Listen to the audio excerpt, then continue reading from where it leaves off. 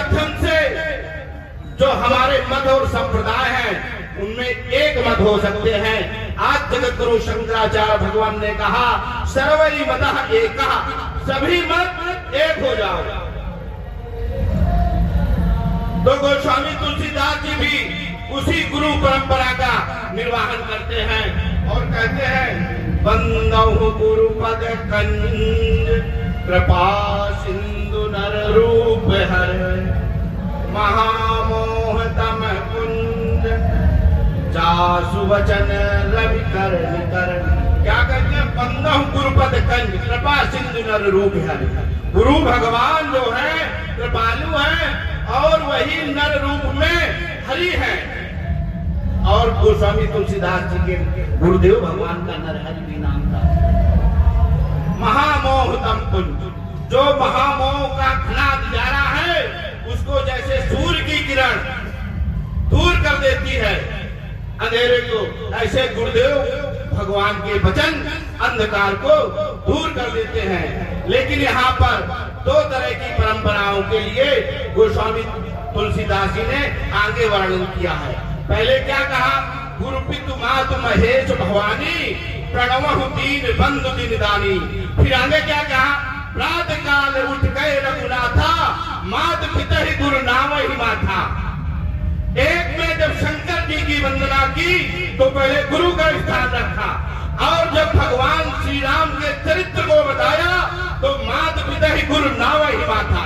पहले माता को, फिर पिता को, फिर गुरु का स्थान प्रणाम में दिया, और जो भगवान शंकर का था उसमें पहले गुरु को स्थान दिया। तो भगवान श्री राम का वर्णन कर रहे हैं, उनके चरित्र का वर्णन कर रहे हैं गोस्वामी तुलसीदास जी ने। तो जो गुरु वंदना की है उनमें दो दो चौपाई करके 6 चौपाइयों में पहली 2 चौपाइयों में वंदना की तो मातृ स्वरूप माता के रूप में गुरु की वंदना की। दूसरी वंदना की वो गुरु के स्वरूप में, पिता के स्वरूप में, और तीसरी वंदना सदगुरुदेव के स्वरूप में। यानी अपने जीवन में जो समाज में है वो माता पिता और गुरु की सेवा और सत्कार में यदि समन्वय नहीं हुआ तो गुरु पूजा अधूरी रह जाती है। इसलिए गोस्वामी तुलसीदास जी ने गुरु वंदना में ऐसी 6 चौपाइयों का वर्णन किया। बंदौ गुरु पद पदुम परागा, सूरज सुभाष सरस अनुरागा, अमीय मूर में चूरन चारु, समन सकल भव रुज परिवारु। इसमें पहली चौपाई तीनों जो अपने प्रथम गुरु माता पिता और जो सदगुरुदेव भगवान हैं, पहली चौपाई से इनकी सेवा करनी। कैसे? बंदौ गुरु पद पदुम परागा, यानी जो अपने गुरुदेव हैं, जो आप जिनको गुरु भाव से देखते हैं, उनकी चरण कमलों की वंदना करिए। क्यों? उनके जो चरण कमलों की रज होती है वो जैसे पराक्रम होते हैं ऐसे कोमल होते हैं। यानी कठिन से कठिन, जिनका हृदय कठोर है उसको भी सरल करने वाले होते हैं। जैसे कमल के फूल में सबसे मुलायम जो होता है उसका पराग होते हैं, वैसे ही सदगुरुदेव भगवान के जो चरण कमलों की रज होती है वो भी बड़ी मुलायम होती है। और वो हमको क्या करते हैं? जो ये संसार रूपी रोग है इसको नाश करने वाले होते हैं। तो पहले माता का, फिर पिता का, क्योंकि जो भक्ति होती है वो माँ से मिलती है और स्त्री होती है।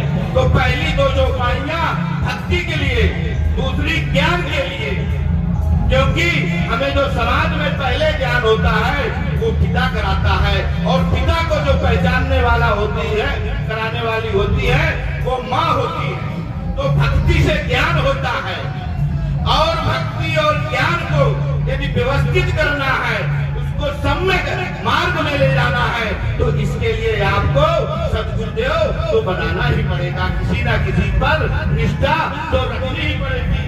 इसीलिए गोस्वामी तुलसीदास जी ने ज्ञान के रूप में भगवान जो पहले रज पराक्रम के लिए, फिर दूसरे में जो दिया ज्ञान के रूप में भगवान भगवान शंकर जो विभूति लगाए हैं वो भी गुरु के ही रचिए रूप में लगाए हैं। तीसरा बताया जो गुरुदेव भगवान की नख से जो ज्योति निकलती है, श्री गुरुपद नखमंडल ज्योति असुमरत दृष्ट ही होती, हृदय में हमारे प्रकाश करने वाले गुरुदेव भगवान के जो चरण नख है उनसे जो ज्योति निकलती है वो ज्योति हमारे हृदय में प्रकाश करने वाले हैं। तो इसका परिणाम क्या होगा जब हम माता पिता और गुरु की सेवा करेंगे? इसका परिणाम क्या है? तो गोस्वामी तुलसीदास जी आगे लिखते हैं, उग्र ही विमल विलोचन ही के अमित ही दोष दुख भर। तो गोस्वामी तुलसीदास जी को क्या करना था? बोले सुन ही नाम सहित मन मानिक मुकुट प्रकट जो दे जानी। जहां पर जैसा जो होगा अपने आप वही भाव वही आपके अंदर प्रकट हो जाएगा। जो अपने माता और पिता और सद्गुरुदेव भगवान का समन्वय के रूप में सम्यक रूप में सेवा करता है, उसके रामचरितमानस से अपने आप भाव वैसे ही प्रकट हो जाते हैं जैसे कि किसी को कजली नहीं होती। उसको आगे स्वामी तुलसीदास जी लिखते हैं कि भूमि के अंदर किसी को जानना होता है तो उसको लगाकर पृथ्वी के अंदर जान लेते हैं। ऐसे भगवान सद्गुरुदेव भगवान की जब कृपा हो जाती है, उनकी आंखों में आती है, उनके रथ नैनामृत के रूप में लग जाते हैं, तो जो रामचरितमानस के भाव है वो सब अपने आप ही प्रकट होने वाले होते हैं।